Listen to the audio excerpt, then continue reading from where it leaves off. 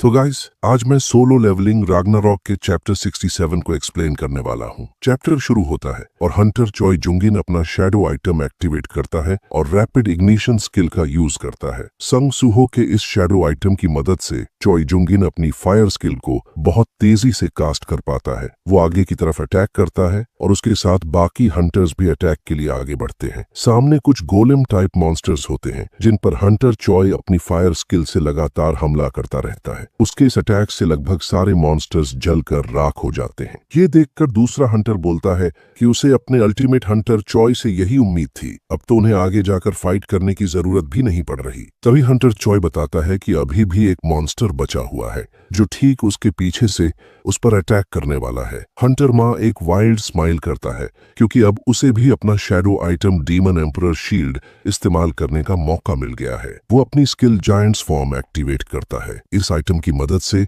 वो अपने शरीर को मैना से कवर करके उसका साइज बड़ा कर लेता है। वो उस मॉन्स्टर पर जोरदार अटैक करता है और उसी समय पीछे से एक और हंटर आता है और अपने शैडो आइटम की skill offence is the best defence का यूज करके उस मॉन्स्टर को खत्म कर देता है। इस स्किल का नाम सुनकर कोई हंसेगा नहीं क्योंकि इसका असर काफी डेडली होता है। वो हंटर कहता है कि उसे उम्मीद नहीं थी कि वो एक एस रैंक डंजन में इतना अच्छा परफॉर्म कर पाएगा। दूसरा हंटर बोलता है कि लगता है हंटर संग सूहो द्वारा दिए गए इक्विपमेंट पहनकर जो स्पेशल ट्रेनिंग करवाई गई थी उसका असर अब दिख रहा है। वो नोटिस करते हैं कि बाकी हंटर्स ने भी सारे मॉन्स्टर्स को खत्म कर दिया है और अब शायद उन्हें आगे बढ़ना चाहिए। वैसे इन दोनों हंटर्स को भी शैडो आइटम्स मिले होते हैं, एक को बिग गू गॉन्टलेट और दूसरे को बलोब ग्रीव्स। लेकिन हंटर सन की हून को टाइम रिस्ट्रिक्शन की वजह से कोई आइटम नहीं मिल पाता और उसकी उदासी साफ दिखाई देती है। हंटर बिग बोलता है कि लगता है स्कैवेंजर गिल्ड हमसे पहले डंजन के अंदर काफी आगे निकल चुकी है। वो कहता है कि चॉय जुंगिन के डिसीजन की वजह से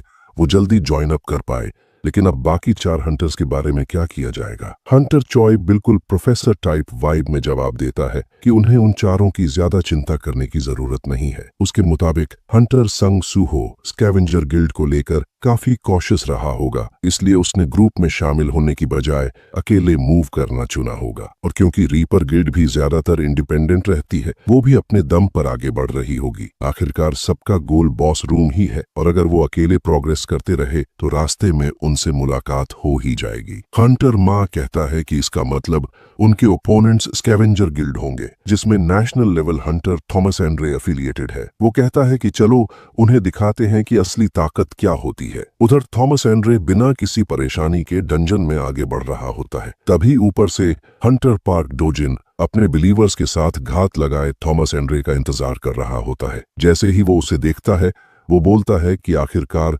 national level hunter Thomas Andre मिल ही गया। वो आगे सोचता है कि अगर वो नेशनल लेवल हंटर की पावर्स अपने हाथ में ले सके और उनके जरिए एस रैंक्स हासिल कर ले तो वो अपने पास मौजूद कार्ड से या तो वॉर शुरू कर सकता है या फिर उनमें से कुछ को सैक्रिफाइस करके कोई मिरेकल पैदा कर सकता है। वो एक फ्रैगमेंट लेकर थॉमस एंड्रे की तरफ एम करता है। हालांकि ये साफ है कि थॉमस एंड्रे को इतनी आसानी से कंट्रोल नहीं किया जा सकता क्योंकि इस आदमी ने जिनवू के साथ भी जबरदस्त फाइट की थी। तभी पीछे से कोई आता है और कहता है कि भले ही ये एक कंपटीशन हो, लेकिन वो चाहता है कि पार्क डोजिन दूसरे गिल्ड्स पर अटैक करने से बचे। हंटर डोजिन तुरंत अपनी एबिलिटी डीएक्टिवेट कर देता है। पता चलता है कि वो शख्स हंटर लिम तेग्यू है। वो कहता है कि एक गिल्ड मास्टर के तौर पर वो उसकी एक्शंस को नजरअंदाज नहीं कर सकता। वो सवाल करता है कि वो यहाँ क्या कर रहा है, बाकी पार्टी के साथ ज्वाइन क्यों नहीं कर रहा। हंटर डोजिन कहता है कि उसकी स्कैवेंजर गिल्ड से लैंडिंग स्पॉट पर अचानक मुठभेड़ हो गई थी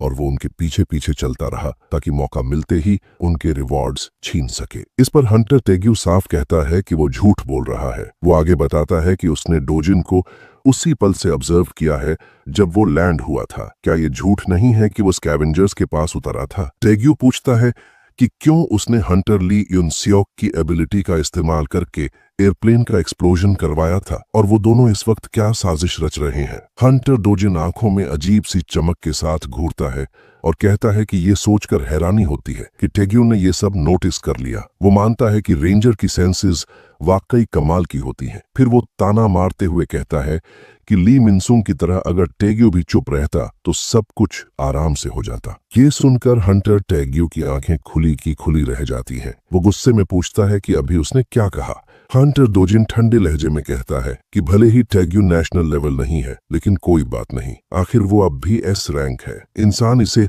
नेक्स्ट बेस्ट थिंग से काम चलाना कहते हैं, है ना? उसी पल हंटर ली योनसुक अचानक टैग्यू के पीछे पहुंच जाता है। सीन शिफ्ट होता है। अर्शा अपने हाथ में एक ग्रीन स्टार फ्रैगमेंट लिए कहती है कि जैसे ही वो इसे सिरका के शरीर पर लगाएगी, उन्हें बेकार की बातें करने की जरूरत नहीं पड़ेगी। पीछे से पिया बोलती है कि अगर सिरका ने अर्शा की बात मान ली होती तो ये सब नहीं होता। वो तंज कसते हुए कहती है कि फ्रॉस्ट्स डिसेंडेंट कितनी बेवकूफ है, लेकिन सिरका अंदर ही अंदर सोच रही होती है कि उसे समझ ही नहीं आ रहा कि वो किस बारे में बात कर रहे हैं। वो तो बस अपने सिबलिंग्स को प्रोटेक्ट करना चाहती थी। वो मन ही मन जोर से पुकारती है, चाचा, ग्रैंडफादर, मेरी मदद करो। अर्शा अपने समन्ड बग्स को ऑर्डर देती है कि वो फ्रैगमेंट सिरका पर यूज करें, लेकिन तभी सिरका के शरीर से वो शैडो जो सुंग सूहो ने छोड़ा था बाहर निकलता है और उन बग्स को पकड़ लेता है। अर्शा ये देखते ही समझ जाती है कि ये किसका किया हुआ है। सिरका जोर से बोलती है कि ये वही शैडो है जिसे होहो ने समन किया था। वो शैडो उन बग्स को अपने हाथों से पकड़कर खत्म कर देता है। अर्शा सोचती है कि क्या सिरका पहले ही शैडोज डिसेंडेंट के कांटेक्ट में आ चुकी है?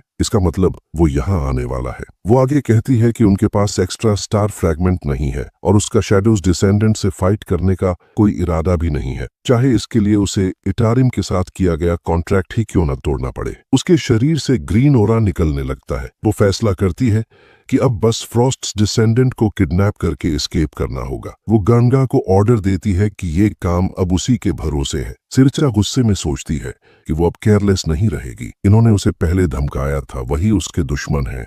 इस बार वो उन्हें मार डालेगी। वो डैगर निकालकर उन पर अटैक करने आगे बढ़ती है, लेकिन तभी गरंगा उसके सामने आ जाता है। गरंगा अपने वेपन से सिरका को हवा में उठा लेता है। ये देखकर शैडो गरंगा पर अटैक करने लगता है, लेकिन गरंगा बीच से उस शैडो को चीर देता है और सिरका को अपने कब्जे में ले लेता है। अर्शा गरंगा की स्ट्रेंथ देखकर स्टन्ड रह जाती है। गरंगा सिरका को बेहद क्रूल तरीके से पकड़े रहता है। अर्शा उसे चुप रहने को कहती है और धमकाती है कि अगर वो ज्यादा अनोइंग हुई तो उसे चोट पहुंचेगी। तभी अर्शा ऊपर से किसी को सेंस करती है। वो तुरंत सिरका को खुद अपने कंट्रोल में ले लेती है और गरंगा को आगे फाइट करने बढ़ा देती है। वो कोई और नहीं बल्कि संग सूहो होता है। गुस्से में वो पूछता है, तुम लोग आखिर हो कौन और इस बच्चे को कहाँ ले जाने की कोशिश कर रहे हो? ये सुनते ही सिरका की आंखों से खुशी के आंसू निकल पड़ते हैं। सूहो और गरंगा के बीच एक जबरदस्त क्लैश होता है, जिसके इम्पैक्ट से आसपास की बर्फ हवा में उड़ जाती है। गरंगा भी सूहो की इस हेवी स्ट्राइक की ताकत महसूस कर लेता है। वो काउंटर अटैक करने की कोशिश करता है